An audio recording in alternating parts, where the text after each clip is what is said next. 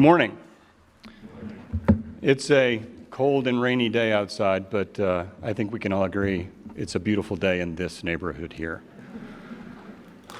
St. Vincent President, Father Paul Taylor, Arch Abbot Nowicki, members of the Board of Directors, distinguished faculty and staff, proud parents, and even prouder grandparents.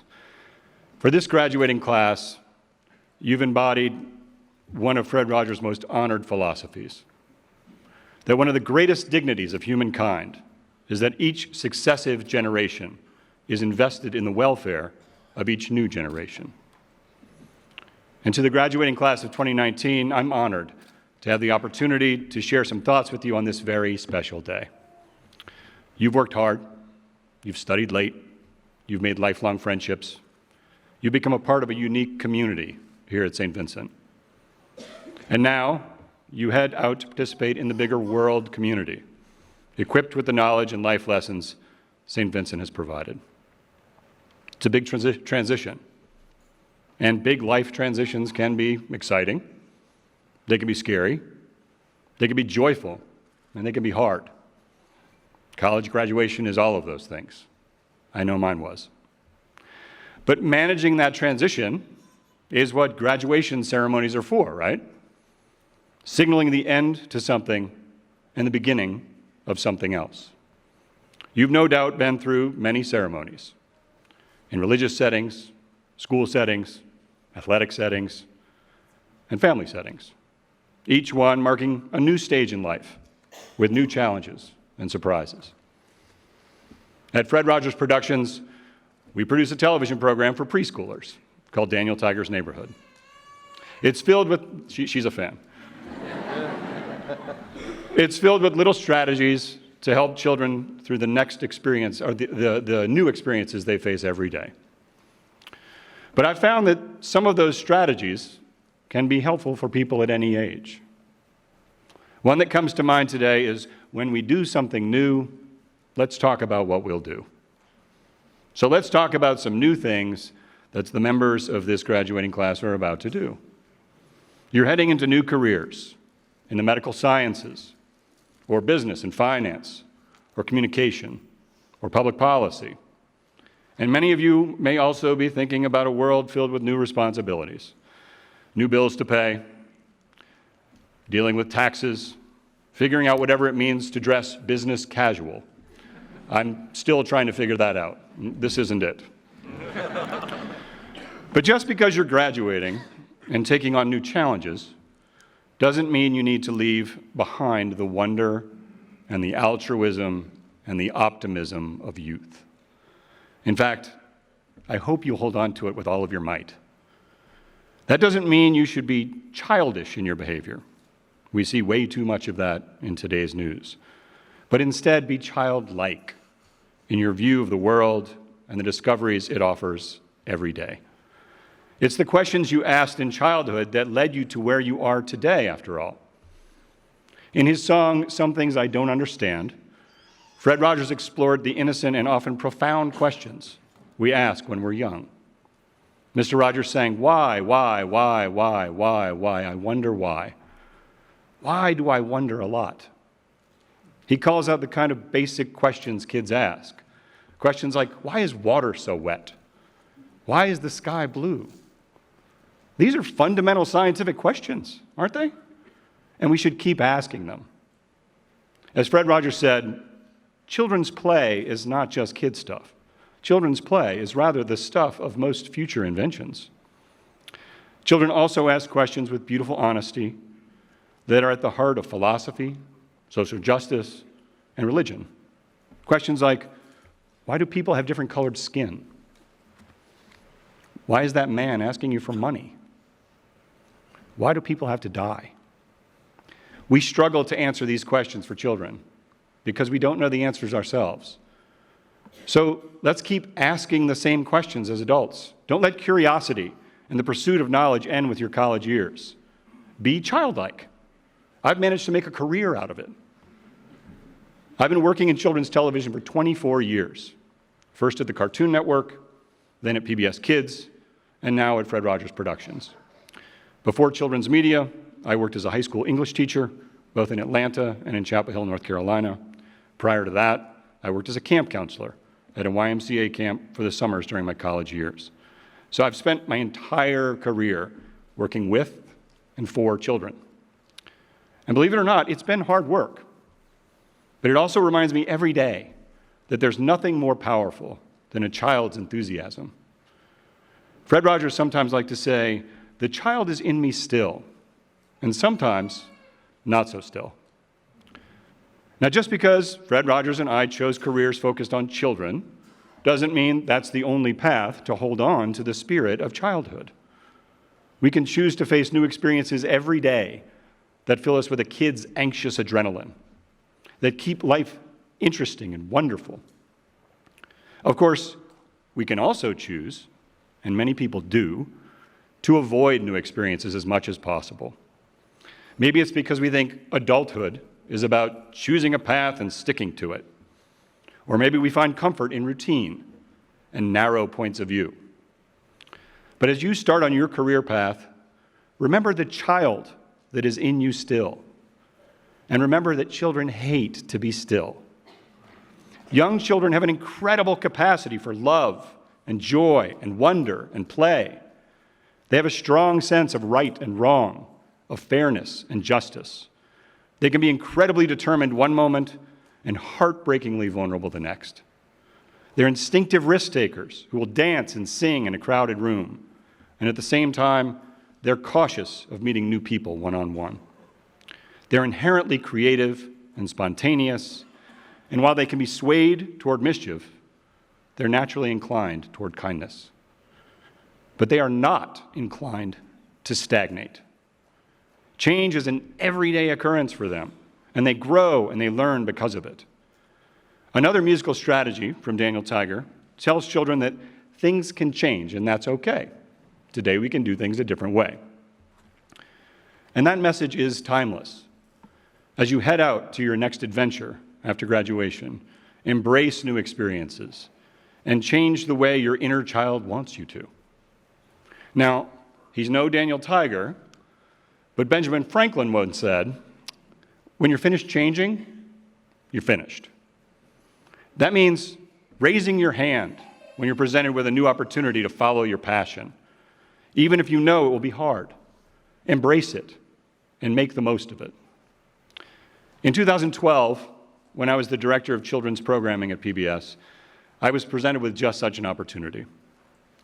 We had just premiered Daniel Tiger on PBS. I had been working with the good folks at Fred Rogers Productions for more than a year to get it on the air.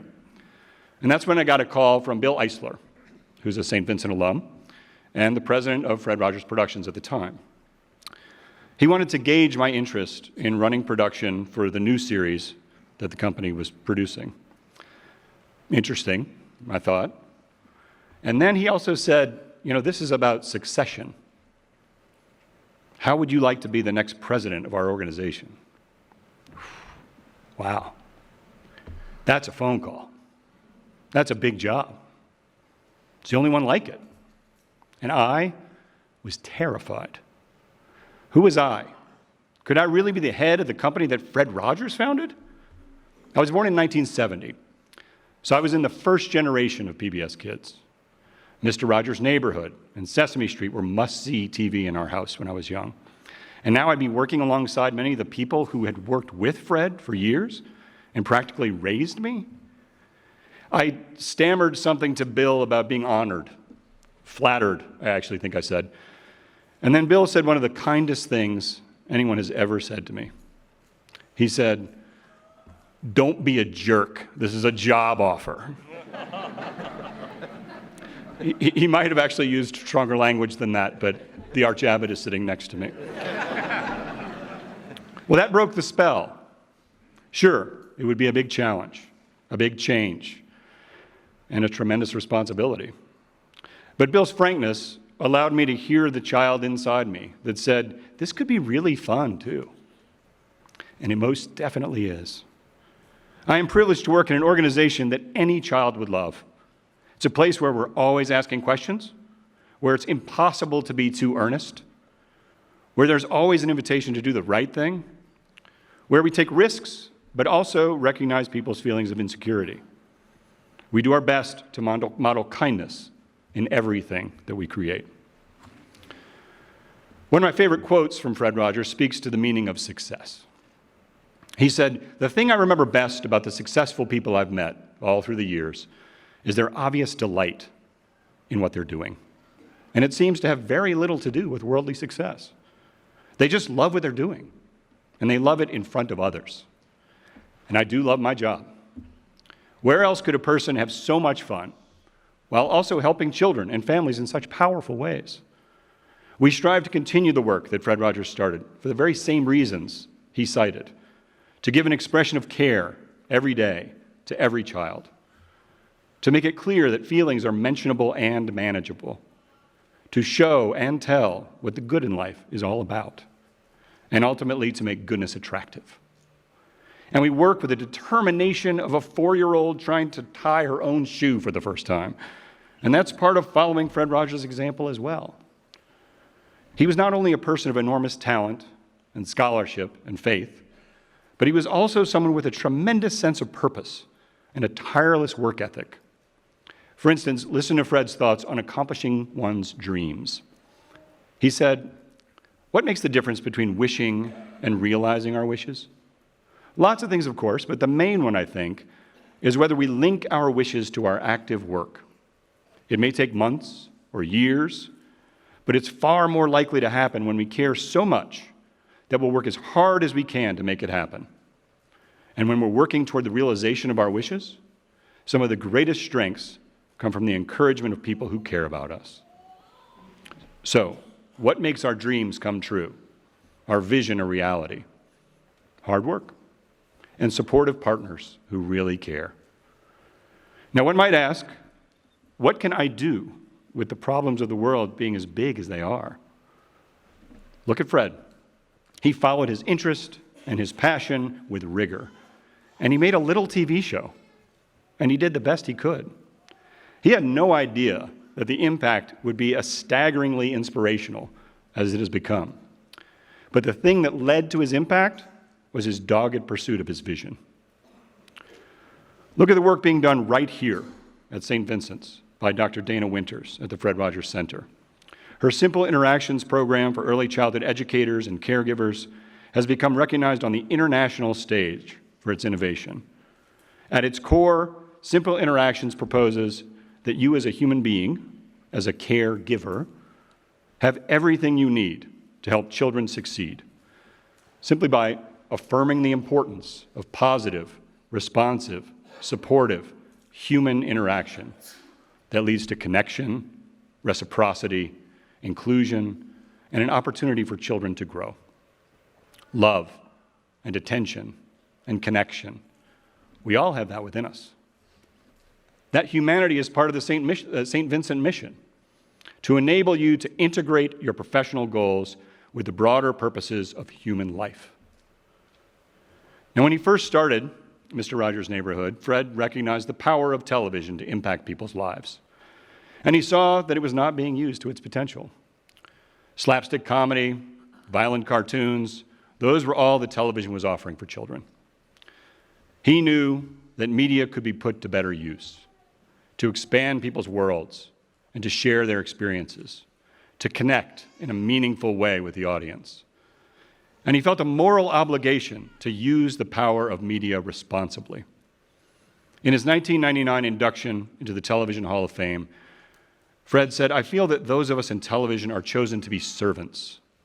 It doesn't matter what our particular job. We are chosen to help meet the deeper needs of those who watch and listen, day and night. We all have only one life to live on earth," he said. "And through television, we have a choice of encouraging others to demean this life or to cherish it in creative, imaginative ways." Now, those words were given to an audience of television people. But we can replace the word television with any profession, can't we?